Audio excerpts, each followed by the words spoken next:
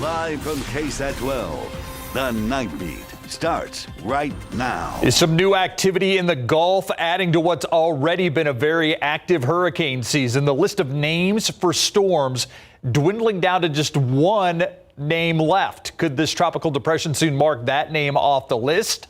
If so, what happens next? We're going to check in with meteorologist Katie Blake in a moment. But first, the San Antonio Police Department far from defunded. And while the police union and others celebrate tonight, some say they're disappointed but not defeated. San Antonio activists who've been pushing city council to reduce police funding reacting tonight to the city's new budget. It actually increases the funding for San Antonio Police Department. They tell the Night Team's Patty Santos their focus now is on the October 2021 contract negotiations between the city and the police union. 8 people have been killed by San Antonio police this year so far. The most recent, Daryl Samalt Sr., this Tuesday after police say he grabbed an officer's weapon. It's a little bit heartbreaking. It's disheartening, especially since one of our very own community activists, Celeste Brown, lost her godfather to being shot by SAPD just 2 days ago. All summer, activists led marches, stood their ground at City Hall meetings, pushing San Antonio city leaders to cut the police budget and take action on police reform. Trying to be heard. You guys want to hear us? You know what? We never in a million years expected to fight terrorism in our own damn city. But Thursday, those demands fell flat. And we were hoping that the city would choose to put people before policy. Any further discussion on the 2021 San Antonio city budget? Instead, City Council approved a nearly $500 million police budget. It includes a roughly $7 million bump for raises and healthcare costs, which the city says is tied to the union contract agreement. Amanda Thompson spoke against defunding the police. I have experienced so much heart, so much compassion, and I'm just so incredibly proud of our police force.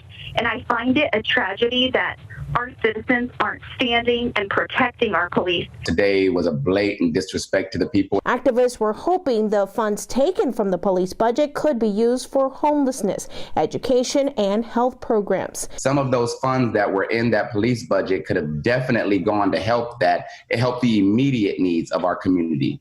And I think that's going to be a lot more important than how many officers we have rolling up and down the street. Activists say their resolve to change the status quo when it comes to how police do business is now fueled. I wouldn't think that we're going to take this defeat lightly, because we're not. It's just giving us fuel to work harder towards our goals. Their focus now, police reform and the October 2021 contract negotiations between the city and San Antonio Police Officers Association.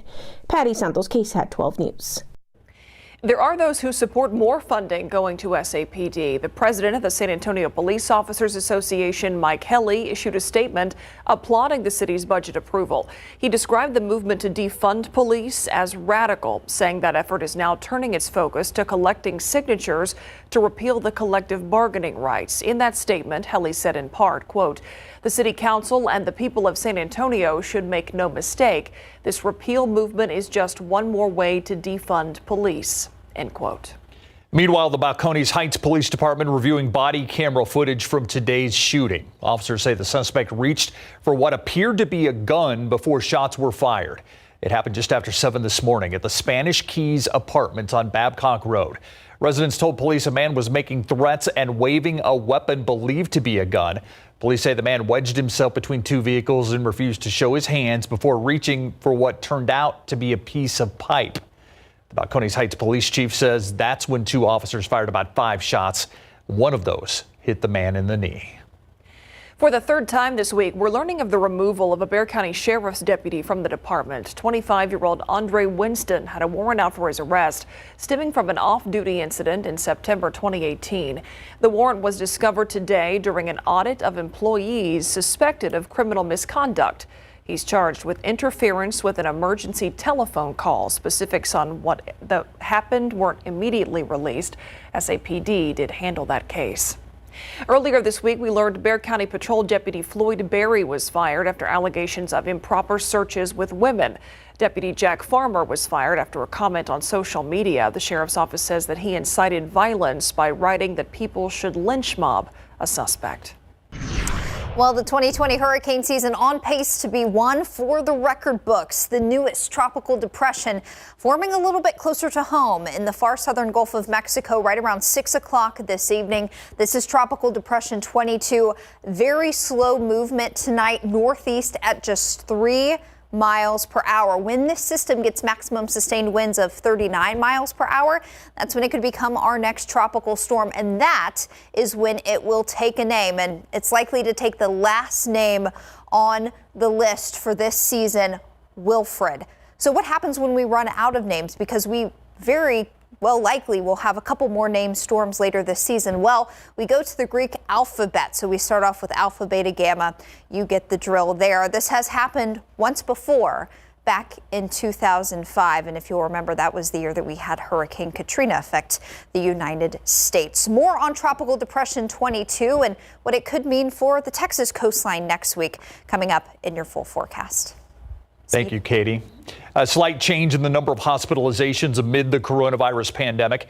After weeks on the downtrend, today 4 more additional COVID-19 patients were hospitalized. 214 COVID-19 patients are now in our hospitals. 1 more patient placed on a ventilator for a total of 43. 100 patients remain in the intensive care unit. Tonight, 141 new COVID-19 cases were reported, along with 2 new deaths. Health officials say they are closely watching these numbers as we near the 2-week mark since Labor Day on Monday, when it's still too early, though, to tell how that holiday will impact Bexar County. The number of hospitalizations due to COVID-19, an important number to watch as Texas reopens. In regions where COVID-19 hospitalizations make up more than 15% of admissions, like the Rio Grande Valley, businesses will not be able to open up. That's according to the governor's new plan. For those who do fall under the threshold, businesses operating at 50% capacity can expand to 75% starting this Monday. Those businesses include retail stores, restaurants, offices, manufacturing plants, and museums. But Texas bars are still going to remain closed. We have over 700,000 service industry employees in the state of Texas still unemployed, and as of Abbott's order today, just lost any inkling of hope on how they're going to make it. Many nursing homes and assisted living centers will be allowed to get their first visitors in months. Starting next Thursday, visitation will be allowed to resume. More money is coming to the city of San Antonio's COVID-19 Emergency Housing Assistance Program. The city council approved sending $24 million more to help families struggling because of this pandemic. The program helps pay rent and other bills, as well as providing those qualified families with some cash. The program already received nearly $51 million to distribute to residents, but that money is expected to run out by early October. The additional funds will come with more limits on how much assistance residents can get through this program, though council members are expected to revisit this issue in at least one committee.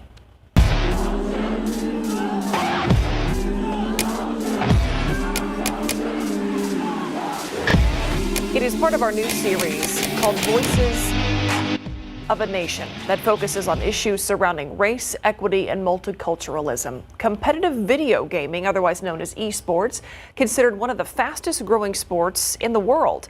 But some believe there is a lack of diversity. St. Mary's University launched their Rattler Esports program this year, but as the night team's Stephen Cavazos explains, they hope to create more inclusion for Black and Hispanic students. Regardless of skill level, you're still welcome. Teresa Lee says it's a place for anyone and everyone. The senior is part of the Rattler's Esports program at St. Mary's University, which takes video gaming to a competitive level. Lee hopes she can serve as an inspiration to future gamers. Being a African-American female in this community, I hope to be able to inspire those. If she can do it, I can do it too. We're just here to have fun. Jose Antello is a student from Bolivia. He says the program has helped him feel included. It's a sport that is growing very rapidly, and I wanted to be a part of this. Head coach of the program, Caitlin Teniente, says Black Americans and Latinos are often underrepresented in esports. She says that's because of accessibility issues, which are often associated with high costs of equipment and internet. We recognize that exists, and we want to make it a little bit easier for those who are not represented in esports. The university hopes to bridge that gap by providing scholarships for future students of color. The idea is that these scholarships would, in turn, help us recruit that kind of student to bring them into the program. Teniente says the scholarships are part of a bigger plan to create diversity and equity. Esports is built on community. You're still getting something meaningful. Stephen Cavazos, KSAT 12 News. A fundraising event for those scholarships will be held tomorrow. It starts at noon and will be streamed live on the Rattlers Esports program's Twitch feed. The goal is to raise at least $5,000. You can head to KSAT.com for more information. Next week, KSAT will be hosting a political forum with Democrat Christine Hortick and Republican Trish DeBerry. They're the candidates in the Bexar County Commissioner's Precinct 3 race. But first, we need your input. We'd love your questions. Right now at KSAT.com, you can submit questions for both candidates on the ticket. The forum will be this coming Tuesday, September 22nd at 7:30 on KSAT.com and all of the KSAT streaming platforms. Still ahead on the Nightbeat, a woman deemed dead later found alive at a funeral home. Tonight, we take a listen to the 911 calls in that incident. And a look at the first set of COVID-19 cases in schools across the state, plus politics amid the pandemic. Coming up. And getting around San Antonio safely, the new interactive map and survey that the city wants you to take part in. How you can make your voice heard. Next on the Nightbeat.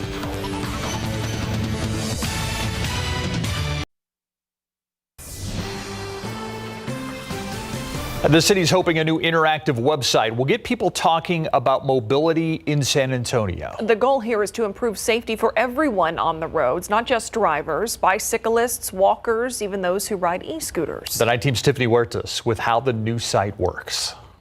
You'll see all of their thumbs up and their thumbs down and the symbols that they have for where they've had crashes or other issues in the along the roadways. Timothy Hayes with the city explains how this new interactive map works. Walk us through maybe some of your experiences on one of these roadways, either through, maybe you've had some trouble navigating a particular segment of sidewalk or a particular crossing, or you've had a crash that maybe went unreported. People can provide input and feedback by using the map and sharing their experiences. The city of San Antonio will use the information collected to develop a bicycle implementation plan for downtown and midtown. We're going to be looking at key corridors that the public has helped us to identify that connect some of our existing bike infrastructure. So we're looking at connectivity. We're looking at where are people riding today? What are some places that connect some of our underserved communities? These findings could impact riders like Ricardo Sepulveda. It's my main mode of transportation. Sepulveda enjoys exploring the different trails around the city on his bike. There's the Riverwalk Trail or the Mission Trail down there. I can make it up over here by Blue Star and then even cut through downtown towards the Pearl. But if Sepulveda can change one thing, more bike lanes. The city also launched an online survey to develop a micromobility policy. This is for people who walk, bike, or use e-scooters, but anyone can do the survey. Both the map and the survey are available until September 30th. Tiffany Huertas, KSAT 12 News. Some new numbers when it comes to schools and COVID-19 across the state of Texas. The Texas Department of State Health Services and the Texas Education Agency releasing its first set of numbers today. They report 2,344 on-campus student cases. That's out of 1.1 million students who've been on campus for the school year so far. When it comes to COVID-19 cases among staff, 2,175 cases were confirmed. There are more than 800,000 staff members on campuses across the state. These cases were counted from August 9th until September 6th. A breakdown by districts expected next week. Meanwhile, around the nation, the death toll from COVID-19 rising and nearing 200,000 people. The president now trying to convince voters the death count would be lower if states controlled by Democrats were not counted. He's facing backlash for those comments. If you take the blue states out, we're at a level that I don't think anybody in the world would be at. What kind of demented person would say that those American lives don't count? Presidential candidate Joe Biden continues to emphasize trusting scientists over Donald Trump. Now is the time for the flu shot. Our KSAT community partner, University Health System, is working with HEB Pharmacy to set up a flu shot drive-through. It's happening Saturday, September 26th from 8 a.m. to 4 p.m. at Freeman Coliseum. There are a limited number of spots available and appointments are on a first-come, first-served basis. To sign up for an appointment, go to ksatcommunity.com. Sky 12 is out and about tonight, so as we take a live cam look over the Tobin Center. Looks festive. It does. A lot of construction going on around the Tobin Center, though. Yeah, so yes, a lot of different projects. Condominiums, CPS headquarters, a lot of stuff going on. Very pretty though tonight. Yeah. I haven't stepped outside this evening. Does it feel okay out there? Or is it kind of humid? It's pretty humid. We're in the 70s and our dew points are in the 60s, so yeah, it's kind of bleh. But it was nice to have some rain around today. It was. Very nice. Very nice. It felt like to me like it was still going to rain tonight. Okay. Yeah, we've got a couple of showers that are still mainly east of 35, but they're going to fizzle out tonight. And looking ahead to tomorrow, our rain chance is not as good. Today was kind of our good day to cash in. Only some spotty storms for your Friday. We've got some drier air that's going to hang around this weekend. It'll be a brief visit, but it should make for some pretty pleasant mornings this weekend. And we've got, of course, a new tropical depression, some mischief brewing in the Gulf of Mexico. Looking at radar now, it's much more quiet than it was earlier this evening in and around San Antonio. Nothing showing up on Doppler radar. You go well to the west, Del Rio. You just had a couple of showers, maybe a few rumbles of thunder moving through, but this shower and thunderstorm activity continues to move southwest and away from you there in Valverde County. Also very quiet well south of Highway 90. A little bit closer to the coast, a few lingering showers trying to work into northern Gonzales County near I-10. Also a few returns showing up near Cuero, but bottom line activity from today really wrapping up, and it'll be pretty quiet weather-wise overnight tonight. So partly cloudy to mostly clear skies through early tomorrow morning. This is 7 a.m. We'll start you off, most of us in the low 70s, a few spots falling into the upper 60s there in the hill country. And then tomorrow afternoon, another fairly warm day with high temperatures, generally near 90 degrees. We'll go 88 here in San Antonio. Partly cloudy skies tomorrow and another slim shot at some rain. Again, radar tomorrow is not going to look anything like what it did today, but nonetheless, after lunchtime tomorrow, and even this forecast model has even backed off even more from what it was showing earlier. I think a couple of spotty thunder showers not out of the question tomorrow afternoon, generally well south of Highway 90. So really wrapping up our rain chances as we head into the weekend. So 20% chance tomorrow. No chance of rain Saturday into Sunday, but some lower humidity settles. And you'll notice it's still going to be warm. 88 Saturday, 87 on Sunday. But our morning lows will be in the low to mid 60s, even cooler than that up in the hill country because of the drier air that's going to work in. So really a nice weekend coming up. We're going to talk a lot about, of course, Tropical Depression 22 closer to home.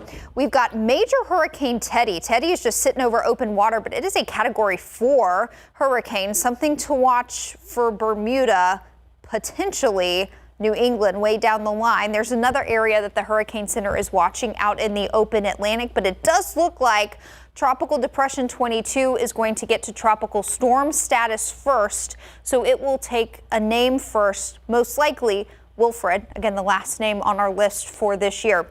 Heard the latest stats on Tropical Depression 22. Again, very slow movement northeast at 3 miles per hour. And that slow movement is really not going to change much over the next several days. So the Hurricane Center has put a track on this tropical depression. That's not common, but they feel so strongly that this will be a tropical storm even by tomorrow that they've gone ahead and put a forecast track on it. Now, this is a mess. Once we get into early next week, here's Sunday, 7 p.m., this system potentially becoming a Category 1 hurricane over the open Gulf. We get into late Sunday, Monday. This huge forecast cone means there is a lot of uncertainty regarding what this system is going to do. So at this time, we have low to medium confidence in where this system will go and how strong it will be. Because of this kind of low to medium confidence, specific effects to our forecast, when could it affect us and what does it mean for our rain chances? Confidence there is still very low. Now, of course, over the next several days, as our forecast models get kind of a better grip on this system, our forecast confidence will grow. But just know, looking ahead to early next week, we'll likely be tweaking that forecast just a little bit. A friendly reminder that even though we've got fall on the calendar here, hurricane season runs until the end of November. Guys. Still lots to watch. Yes. Katie. Thank you, Katie. All right, the Cowboys have played one game, but the injuries are stacking up, Greg. You know, the offensive line was supposed to be one of their strong suits, but then you had La'el Collins go to the IR. He has to miss at least the next 2 games, and now their star left tackle, Tyron Smith, is down at practice. Will he be able to go, and how can Dak help his depleting offensive line? And we get to meet the man who made one of the greatest catches ever in UTSA history coming up. Pro football coverage, powered by Davis Law Firm. As if the Cowboys' offensive line doesn't have enough problems with right tackle La'el Collins on the injury list. Now this 7-time Pro Bowler and 4-time All-Pro left tackle Tyron Smith did not practice today due to a neck injury. Smith has battled both neck and back injuries in his 10-year NFL career, and the Cowboys are hoping history doesn't repeat itself. Smith missed the Cowboys game against the Falcons back in 2017, was replaced by Chaz Green, and that turned into a complete disaster. Falcons defensive end Adrian Claiborne got to Prescott numerous times as a result. He sacked Dak 6 times, had another 7 hits on Prescott. The 27-7 loss of the Cowboys in Atlanta. Collins has been replaced by undrafted rookie Terrence Steele out of Steele High School, and one of Prescott's wide receivers weapons, All-Pro Amari Cooper, also did not practice today, recovering from a foot injury. There's no indication right now they won't play this Sunday, but what can Dak do to help his offensive line? Some of the plays I'm gonna need them just to block a little bit longer, and then some of the plays I'm gonna have to do my job and help them out and just get the ball out fast. So we've just got to work hand in hand with one another, and obviously they know some plays I can keep alive with my feet. So we just got to be in it together. I know that they're doing the best they can to fight, and as we've seen, Zeke's gonna do the best he can as well. So I mean, I trust those guys get the job done, and they trust that I'm going to get the ball out of my hand. Hey, Mike McCarthy had told us yesterday the Cowboys are going to limit their attendance to 25% capacity. AT&T Stadium seats 80,000, can expand to 100,000 with standing room only. However, today the Cowboys informed us that a seating capacity has not yet been determined and may not be until this weekend. The governor had earlier said stadiums would be limited to 50% capacity, but now we'll just have to wait and see.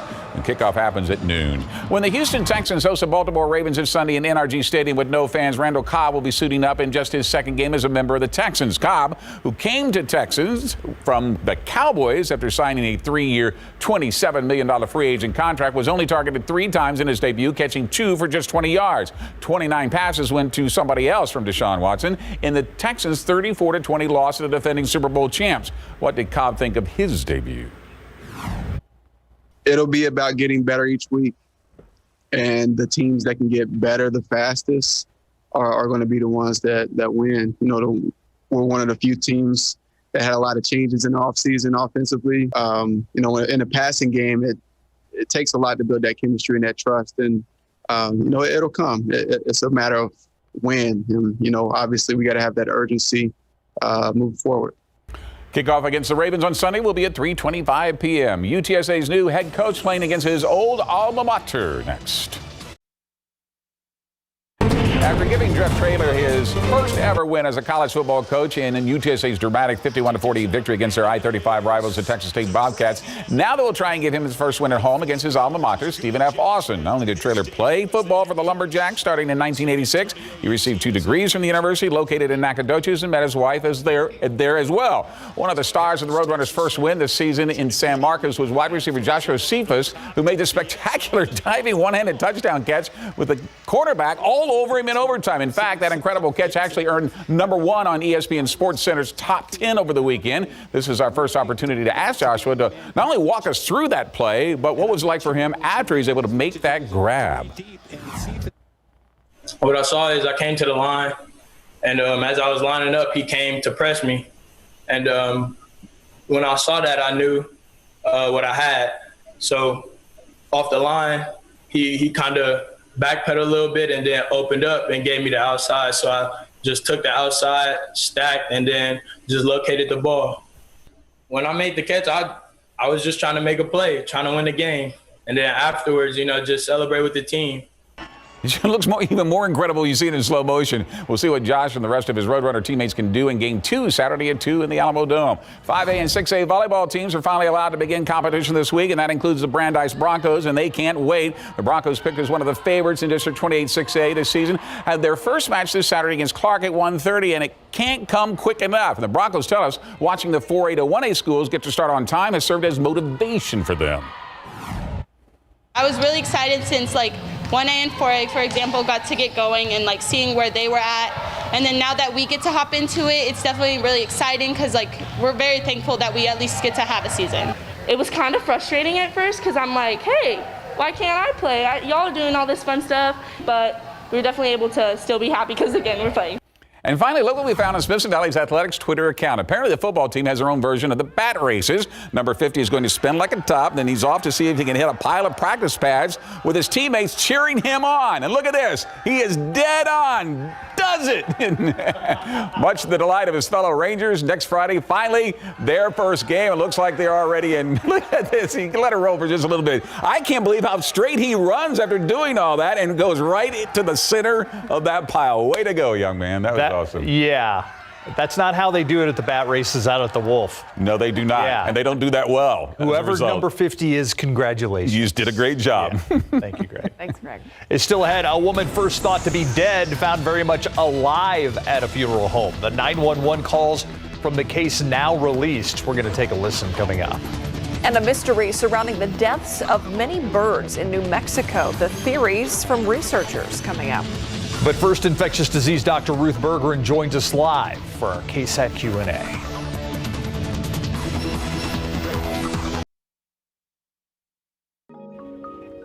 It is time for our KSAT Q&A, and as always on Thursdays, we are pleased to be joined by Dr. Ruth Bergeron from UT Health San Antonio and the Long School of Medicine, an infectious disease doctor. Doctor, thank you for staying up late with us as you do on Thursday. I want to start off talking about vaccines like we did earlier, and then we'll get to some of our viewer questions. But do you think we're going to have a vaccine before the end of the year? That's a tough one, Steve. There's a lot of people pinning hopes on that. And I'll tell you what I do know is that we're getting ready. And yesterday, the CDC, the Centers for Disease Control, released a document that's called a playbook. And it has very detailed instructions for entities like our Metro Health Department for what we should do to get ready. And in fact, Metro Health Departments like ours are going to have about a month to get a plan together and submit it to the CDC. So this is going to be somewhat complicated because 2 vaccinations are required. Everybody has to get 2 shots, 3 to 4 weeks apart, and they have to be from the same brand. They can't mix and match. And they won't all be available at once. According to the CDC, we'll be giving vaccine out in 3 phases. And the first phase will prioritize the people who are most likely to get very sick, such as the elderly, people with debilitating conditions, and possibly people who are giving direct care to people with COVID. And then the next phase, when the next batch of vaccine is available, will involve other people and so on. But the idea is to prioritize those people whose lives are at greatest risk. Let's talk about where we are locally in this pandemic. It seems like more and more people are getting comfortable with being out and about. People are a little more comfortable with the mask wearing, are understanding the physical distancing. And now after the governor's announcement today, we know that restaurants and businesses will start to see more people in them in the coming days. It seems like there is more of a sense of ease within the community right now when it comes to COVID-19. Do you think that we're right to feel that way 6 months into this pandemic? You know, people need to remember that the virus is still here. It's still making people really sick. It's still making young people sick. As a doctor, an infectious disease doctor, I do round in the hospital. I was there today at University Hospital. I saw individuals in their early 20s and people in their 70s and in between. When you get sick, it's a bad deal. And people are still coming into the hospital. That means the virus is still out there, still circulating. Granted, we made a lot of progress and there's a lot fewer cases than there used to be. But all we have to do is take our masks off, let our guard down, and stop taking these precautions, and it'll rage like wildfire. In fact, the reports are coming in already from Europe this fall that they're seeing surges in a number of European countries. So we have to really step up our precautions. Get out and do what you need to do, live your life, but do it with the precautions that you've learned so well. I want to get to some of our viewer questions. I know that you said earlier today that you got a flu shot. Myra got a flu shot.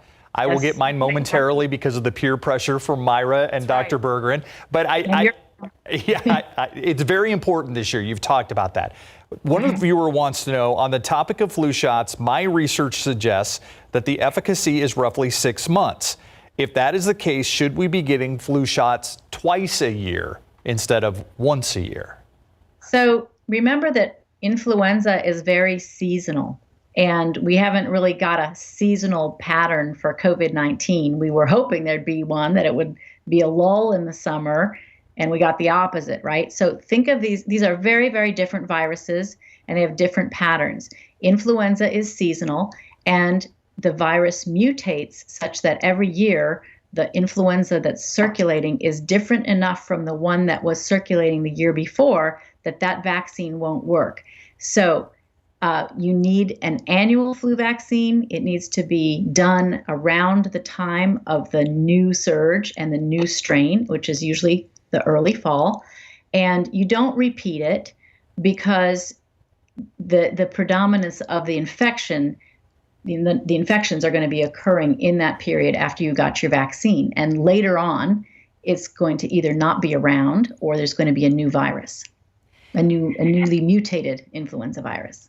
Another viewer question we continue to get is about hospitalizations. That's a number we've been focused on for months. We now know that has continued to trend downward over the last couple of weeks, which is great news. Fewer people in the hospital with COVID, but the percentage of staffed hospital beds available remains about the same. Can you explain why that is? Right. Well, remember during the surge, we stopped all surgeries that weren't absolutely essential. So you have a whole lot of people that needed orthopedic surgeries, joint replacements, other kinds of surgeries that are necessary but were not urgent. Those got put off so that we could make sure we had space in our hospitals. So one factor is that we're now allowing people to have their surgeries, and there's post-operative care that takes time. Also, when people do come into the hospital with COVID, and if they wind up in the intensive care unit, they stay a very, very long time. So the period of occupancy is prolonged. And then I can tell you that I've seen this myself.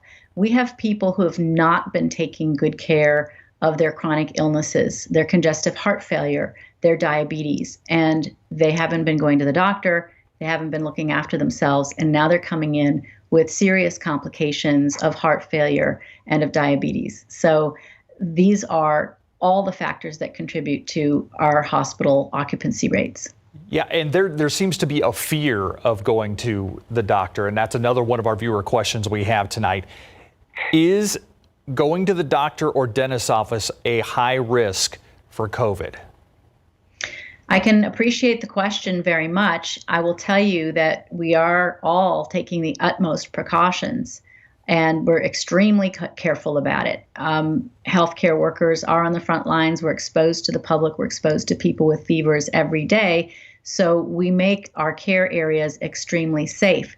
Now, with that said, I have heard one or two reports of outpatient surgical facilities where it's reported that there didn't seem to be as much attention on masking.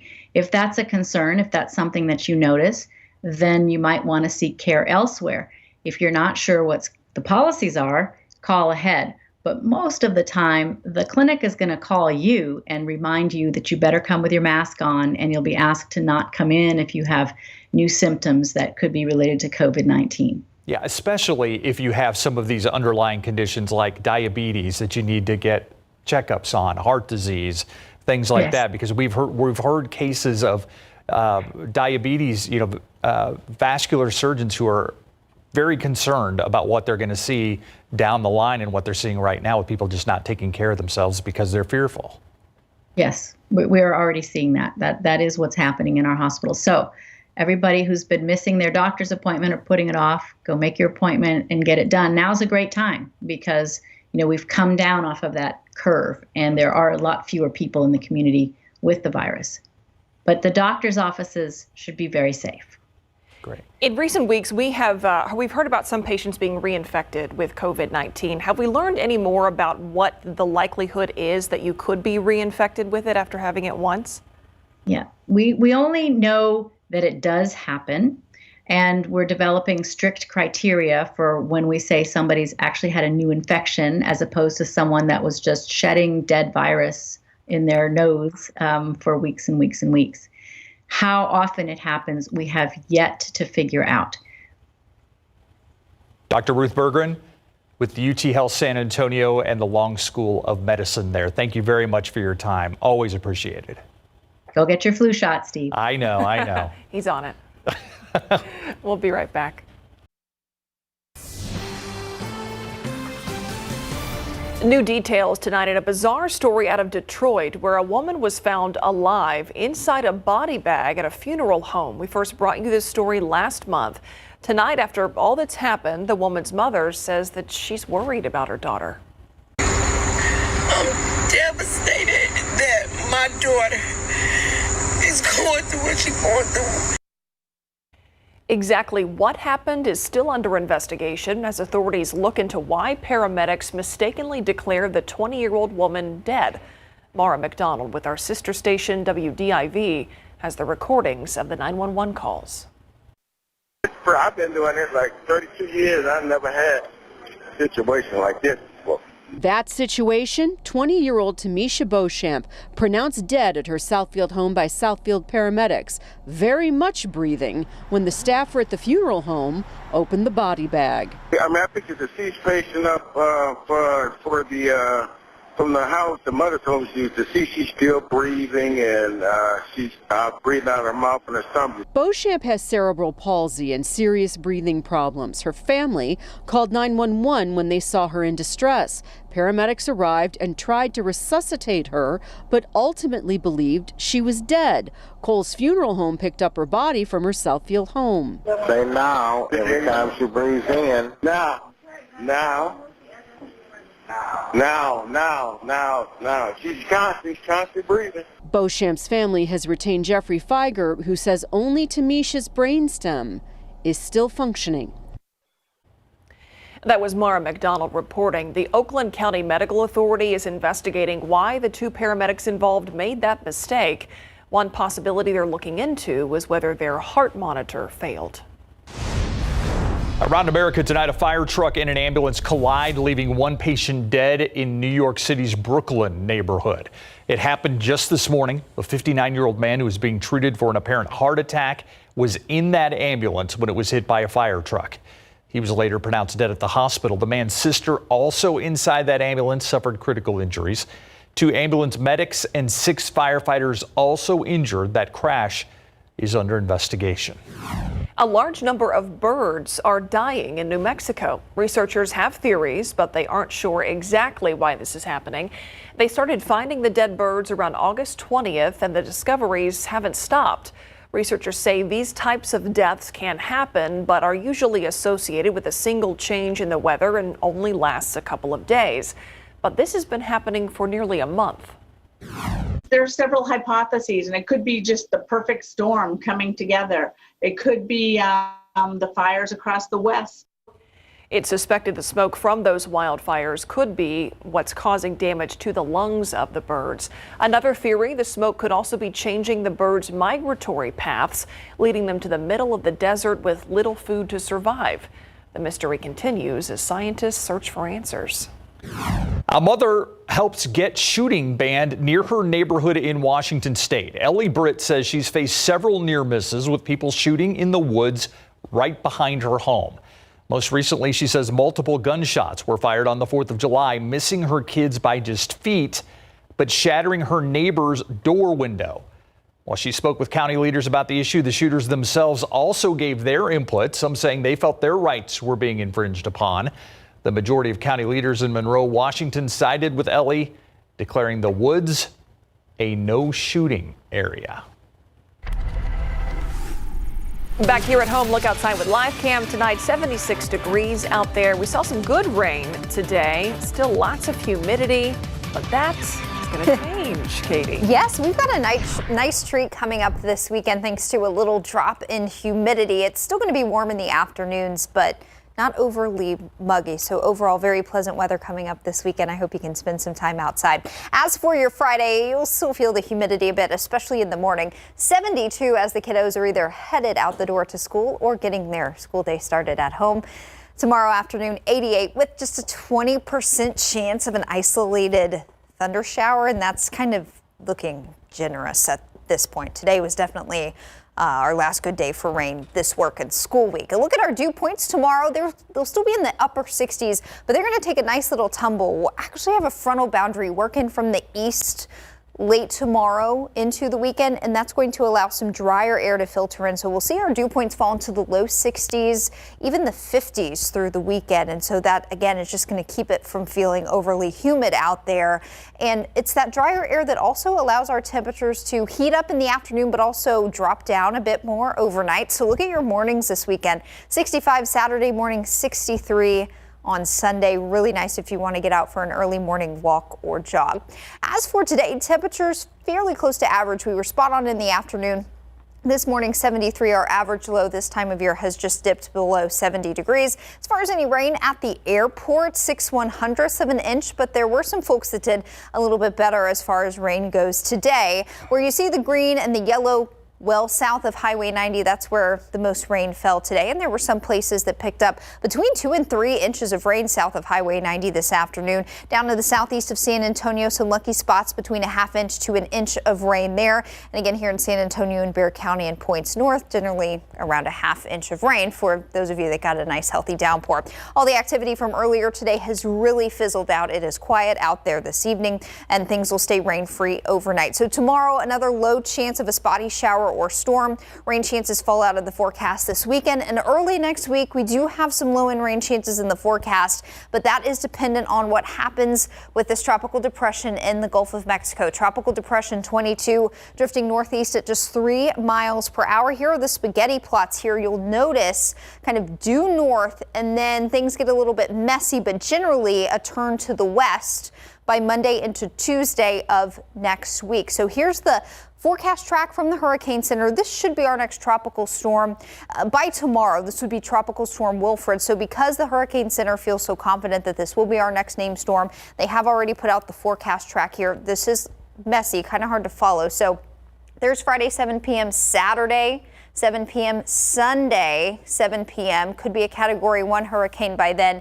And then Monday, here, still drifting out in the Gulf of Mexico, but possibly starting to get closer to the Texas coast. So we need to give this a couple more days, keep an eye on it, watch the forecast trends and see how things look. But at this time, as far as when it could affect us and how with our rain chances, confidence there is very low. So we'll be tweaking this forecast over the next couple of days. As for your Friday, 72 in the morning, up to 88 in the afternoon. Great looking weekend coming up. I hope you can get out and enjoy it, and just keep checking the forecast over the next few days. We'll be keeping you updated as far as what's going on in the Gulf of Mexico. Guys, thanks, Katie. Hey, coming up before you pick your produce, are there some fruits and vegetables safer than others when it comes to pesticides?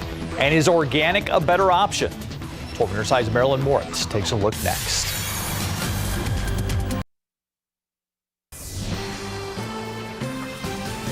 Pesticides in produce, fruits and vegetables, some of the healthiest foods we can eat, but they can come with pesticide residue, some more than others. 12 News Side's Marilyn Moritz with which ones are safest and which ones you may want to buy organic.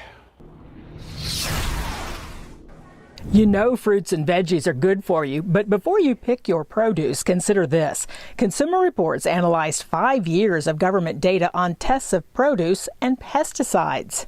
A lot of times, even when pesticides are found on produce, the levels aren't worrisome. But in a few cases, our experts did find that the amounts exceeded what we consider to be safe. Industry groups say pesticide residue on food does not pose a risk, but some research has linked long-term low-level exposure to cognitive development, ADHD, and even cancer. The solution isn't to eat less fresh produce. Most people already don't get enough, but to make smart choices. So, apples to zucchini. Consumer Reports rated 35 fruits and veggies for pesticide risk. We broke down our ratings ranging from excellent all the way to poor. We recommend you try to buy fruits and vegetables that are rated excellent, very good, or good. A lot of non-organic produce fell into those categories, like broccoli, carrots, tomatoes, sweet potatoes, and onion. But others got poor scores. Among the worst, fresh green beans, potatoes, fresh spinach, and peaches. For those, Consumer Reports recommends you buy organic if possible, especially for pregnant women and young children. Marilyn Moritz, KSAT 12 News. Still ahead, one father has a trick up his sleeve when it comes to Halloween this year, how he hopes to make trick-or-treating a safer experience amid this pandemic.